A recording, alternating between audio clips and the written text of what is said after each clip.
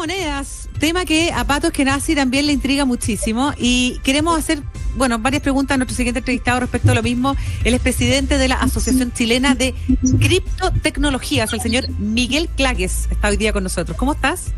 Hola, ¿cómo estás? Muchas gracias por la invitación nuevamente. Gracias a ti, Miguel. Gracias, Miguel. Oye, te quería preguntar primero, para hacer la diferencia entre criptomoneda y peso digital, a raíz de lo que anunció el Banco Central. ¿Cuál es la diferencia entre una y otra para que vayamos separando aguas en este tema? Sí, principalmente hay enormes diferencias porque ambos tipos de activos cumplen propósitos completamente diferentes. En el fondo, si nos enfocamos en Bitcoin dentro de las principales criptomonedas, lógicamente, Bitcoin, la principal característica que ofrece a la gente es tener como tu propio banco suizo en tu bolsillo, en tu aplicación, en tu teléfono. Permite enviar valor, recibir, guardar, etcétera. Por otro lado, estos conceptos que han ido saliendo como son los Central Bank Digital Currency, que son estas monedas digitales emitidas por los bancos. La verdad es que, para ser sincero, tiene bastante de marketing, no hay mucha innovación, la verdad. Porque si nos ponemos a pensar hoy en día, nosotros ya tenemos dinero digital, o sea, la economía está digitalizada en un 90% aproximadamente, ¿cierto? Hacemos transferencia electrónica desde prácticamente que existe el Internet, entonces tiene bastante marketing, no hay mucha innovación, la verdad, en temas de infraestructura. Quizás hay cambios tecnológicos, porque hoy en día nosotros cuando accedemos al banco, todas esas transacciones se manejan en base de datos, entonces quizás una moneda digital, de este tipo, podría descentralizar un poco más el control del dinero al formar un consorcio federado de varios grupos, empresariales, en comunicación con el Banco Central, etcétera. Entonces, descentraliza un poco, pero quizás da un poco más de herramientas de control al banco. No es tanto un beneficio para la gente, más bien como quizás una forma de control más totalitaria, quizás un poco anticipándonos un poco a lo que podría ser un totalitarismo financiero, quizás. Ya. O sea, es como ponerse al día un poco con el tema del momento, no necesariamente implica un cambio en la política monetaria, digamos. No debería, o sea, en el fondo hay que verlo quizás como una herramienta para quien hoy en día administra obviamente la economía. A priori no podría ser quizás un beneficio para la gente porque en el fondo entrega mayores herramientas de control al ente central. Entonces, en este sentido, quizás las mayores diferencias es que justamente no comparte la misma innovación que provee, por ejemplo, Bitcoin, al ser, por ejemplo, público, inmutable, colaborativo, etcétera, que son características las cuales no van a ser parte, de esta forma de dinero digital. Miguel, tú eres presidente de la Asociación Chilena de Criptotecnologías. Entonces quería preguntarte por otras cosas que no fueran las monedas, porque uno habla mucho del Bitcoin, pero el blockchain es una tecnología mucho más amplia. Quería saber qué tipo de oportunidades se estaban desarrollando en Iberoamérica con estas tecnologías tan disruptivas. Claro, sí. Bueno, por cierto, nosotros estamos bastante en contacto con otras comunidades a través de Alianza Blockchain Iberoamérica, que es una organización internacional que cofundamos hace un par de años atrás. Hay diversas iniciativas dándose a conocer de a poco. Se ha ido de a poco regulando y normando, creando, marcos regulatorios en torno a las criptomonedas. Hasta donde sabemos todavía, por lo menos en Iberoamérica, todavía no existe una forma así de dinero digital, bajo este nuevo concepto de CBDC. Sin embargo, ya sabemos, por ejemplo, en este momento que hace ya un mes que entró en vigencia, por ejemplo, la ley Bitcoin en El Salvador, lo cual da una mayor perspectiva de cómo se puede ir desarrollando la economía en torno a este tema. Entonces, ha sido bastante interesante. De hecho, una de las cosas más notables que ha sucedido durante el último mes, que ha sido bastante entretenido en esta industria, es que justamente ha tenido una muy buena opción en El Salvador el tema del Bitcoin, al punto de que la aplicación que entrega el gobierno para poder usar Bitcoin ya tiene más usuarios que el banco que más clientes tiene en El Salvador. Entonces, se está usando y prácticamente es más que nada una consecuencia natural de la economía que ya se venía desarrollando en Bitcoin en El Salvador. Entonces, es re interesante ese tema. Sí. Uh-huh. Es muy jugado para un país adoptar el Bitcoin como moneda. Sí, claramente. O sea, en el fondo hay todo un desafío también educacional de dar a conocer el concepto de cambiar un poco el paradigma también, porque en el fondo estamos acostumbrados a que en los últimos 200, 300 años la economía esté centralizada en los bancos centrales. Entonces es un poco volver a lo que era antes, en donde la gente tenía control sobre su dinero y la economía se administraba de forma, digamos, libre. Entonces es un poco volver atrás, pero tomando también lo ventajoso que era eso, en el fondo. La economía es bastante libre en el mundo hoy día. Lo que no es libre, la economía en el mundo hoy es bastante libre. Lo que no es libre es la emisión de dinero. En el fondo la administración de la emisión del dinero, todo lo que es la política monetaria, que en el fondo esa política monetaria nosotros como ciudadanos no tenemos participación, más que nada podemos, digamos, sugerir, pero obviamente no podemos ir a tocarle la puerta al Banco Central y decirle, oiga, esta podría ser la política monetaria en los próximos 5 o 20 años. Tampoco lo tienen con Bitcoin, o sea, en ese sentido igual. Pero en Bitcoin sí tenemos una política monetaria que está programada y sabemos con certeza cuál va a ser esa política monetaria durante los próximos 150 años. Y no es algo que se pueda modificar tan fácilmente. O sea, da una certeza y confianza en el tiempo que no da ninguna otra economía en el mundo. ¿Y por qué, Miguel, te parece que eso es mejor? ¿Por qué te parece que es mejor tener programada la política monetaria, suponiendo de que de verdad es 100% seguro que va a ser así, que no es modificable? Pero ¿por qué te parece que eso es mejor que como tenemos hoy día las políticas monetarias a través de bancos centrales autónomos en general, que han funcionado bastante bien, han cumplido sus roles, en mi opinión, por lo menos los últimos 100 años de manera bastante exitosa?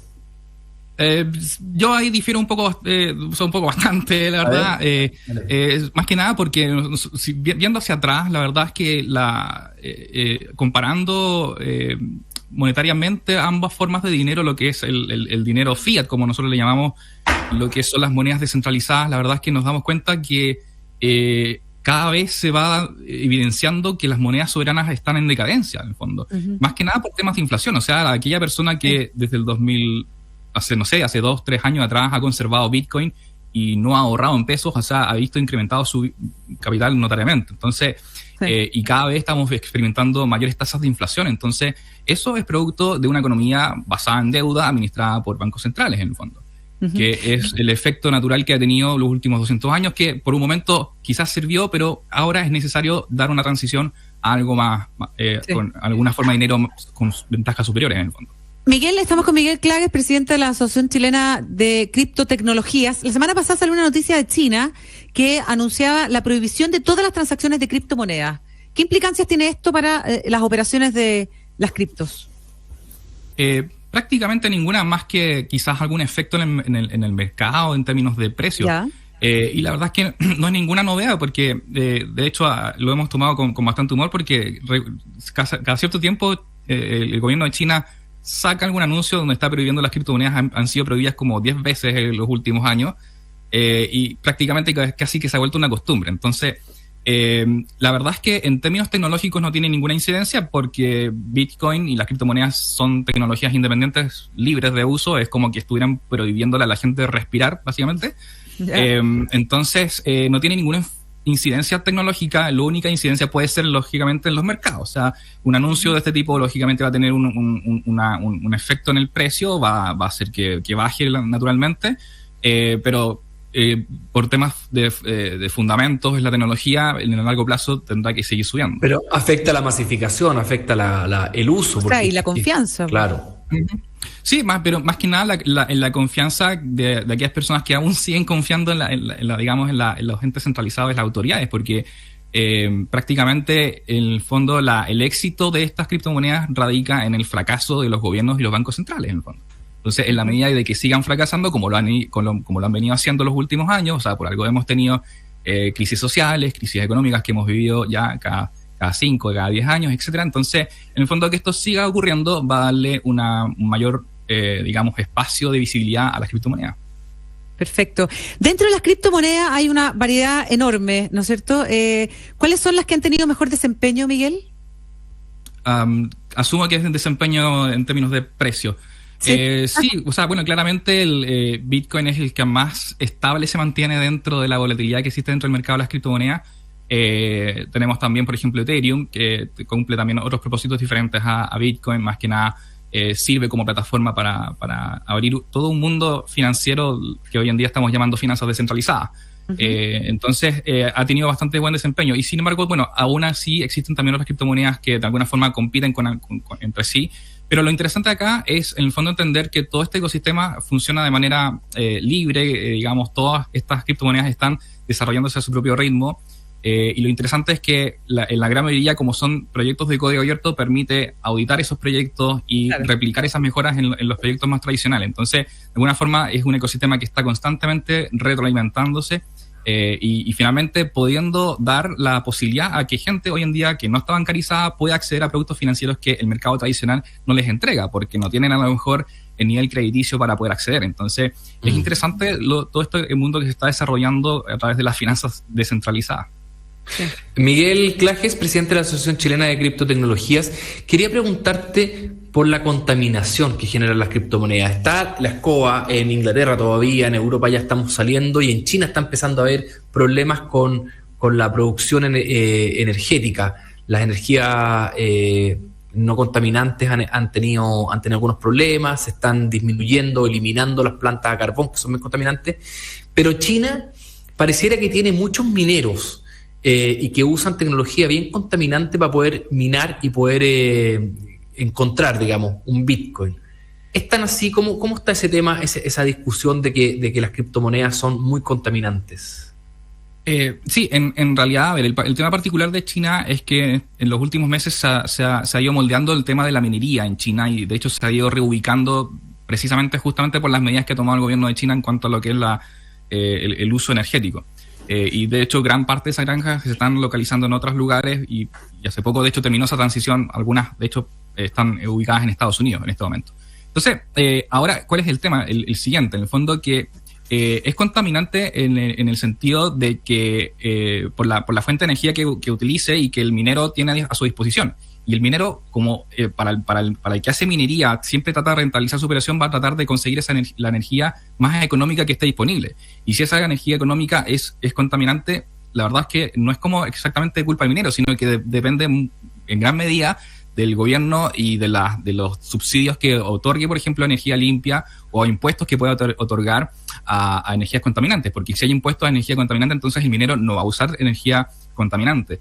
Es bastante similar, por ejemplo, quizás compararlo con otra industria como lo es el uso de los autos eléctricos. O sea, el uso del auto eléctrico hoy en día, nosotros podemos instalar paneles solares encima del auto y la huella de carbono se reduce casi a cero.